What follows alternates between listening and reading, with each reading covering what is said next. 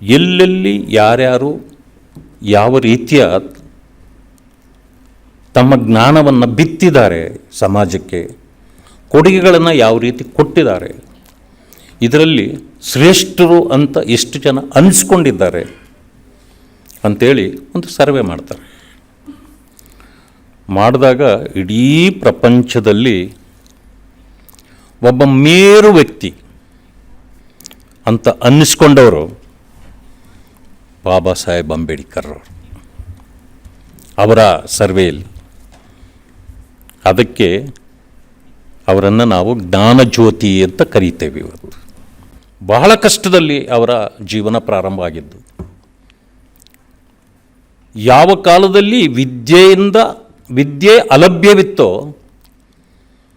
ಅಂಥ ಕಾಲದಲ್ಲಿ ಅವರು ದೊಡ್ಡ ಜ್ಞಾನಿಯಾಗಿ ಬೆಳೆದವರು. ನಾವಿವತ್ತು ಮೀಸಲಾತಿಯ ಒಳಗಡೆ ಇದ್ದೇವೆ, ಅವರಿಗೆ ಮೀಸಲಾತಿ ಇರಲಿಲ್ಲ. ಅವರು ಮೀಸಲಾತಿಯನ್ನು ಬೇರೆಯವರಿಗೆ ಕೊಡಿಸಿದ್ದಾರೆ ಅಷ್ಟೇ.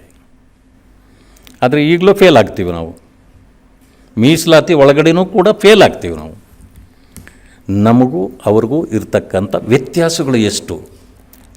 35% ಬಂದರೆ ಸಾಕು ನಮಗೆ, ಆದರೆ 25ಕ್ಕೆ ಕೊನೆ ಆಗ್ತೀವಿ. ಅವರ ಸ್ಥಿತಿ ಕೊಠಡಿಯಿಂದ ಹೊರಗಡೆ ಕುಳಿತು ವ್ಯಾಸಂಗ ಮಾಡಿದವರು,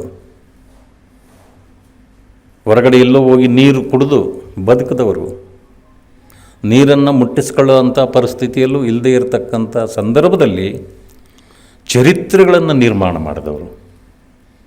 ನಮಗೂ ಅವ್ರಿಗೂ ಎಲ್ಲಿಯ ಹೋಲಿಕೆ ಈ ಸಮಾಜದಲ್ಲಿ? ನಾವು ಅದಕ್ಕೆ ಹೇಳ್ತೇವೆ, ಬಾಬಾ ಸಾಹೇಬ್ ಅಂಬೇಡ್ಕರ್ ಅವರಿಗೆ ಯಾರೂ ಹೋಲಿಕೆ ಇಲ್ಲ. ನೀವು ಅದನ್ನು ಸರಿಯಾಗಿ ತೋರಿಸ್ಕೊಟ್ಟಿದ್ದೀರಿ. ಬಾಬಾ ಸಾಹೇಬ್ ಅಂಬೇಡ್ಕರ್ ಅವರ ಜೊತೆಗೆ